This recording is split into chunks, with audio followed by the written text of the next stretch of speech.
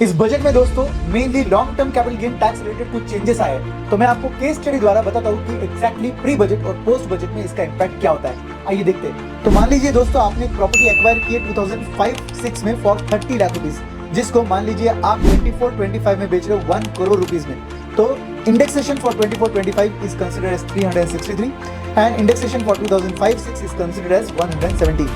तो ऐसे केस में अगर मान लीजिए वो प्रॉपर्टी आप बेच रहे हो 1 करोड़ में, तो प्री बजट मतलब 23 जुलाई के पहले अगर आप उसे बेच देते तो 1 करोड़ आपका सेल कंसिडरेशन होता। उसमें से माइनस होता है इंडेक्स कॉस्ट ऑफ एक्विजिशन 93,07,692 और आपका लॉन्ग टर्म कैपिटल गेन का अमाउंट होता है 6,92,307 एंड आपका टैक्स उस पर आता सिर्फ 1,38,461 रुपीज का। जब पोस्ट बजट मान लीजिए आप उसे 23 जुलाई के बाद बेच रहे हो, तो उस केस में आपका 1 करोड़ का सेल कंसिडरेशन रहता, जिसमें से माइनस होता आपका कॉस्ट ऑफ एक्विजिशन सिर्फ 30 लाख रुपीज और पूरा 70 लाख का आपका लॉन्ग टर्म कैपिटल गेन होता, जिस पर आपका टैक्स अमाउंट आता था 8,75,000 रुपीज का। तो आप देख सकते हो 1,38,461 से आपका टैक्स सीधा जंप हो गया 8,75,000 पर। अब सेकंड केस की बात करते हैं, जहां पर एक प्रॉपर्टी आपने एक्वायर कर लिया मान लीजिए 21-22 में फॉर 50 लाख रुपीज और आप उसे अब बेच रहे हो 1 करोड़ रुपीज में फाइनेंशियल ईयर 24-25 में।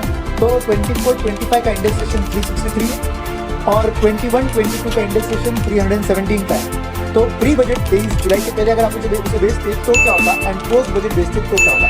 तो प्री बजट सेल कंसिडरेशन होता है 1 crore, index cost of acquisition आपका लेस होता था 57,25,552, आपका लॉन्ग टर्म कैपिटल गेन आता था 42,74,448 एंड उस पर टैक्सेशन आपको आता 8,54,890 का।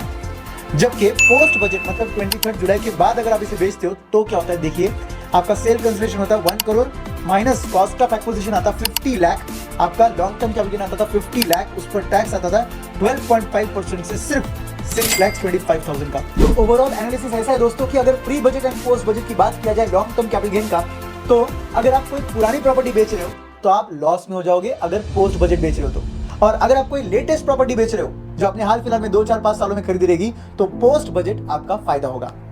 आई होप ये वीडियो आपका पसंद आया है, और हाँ, वीडियो को लाइक कर चैनल को सब्सक्राइब करना मत भूलना।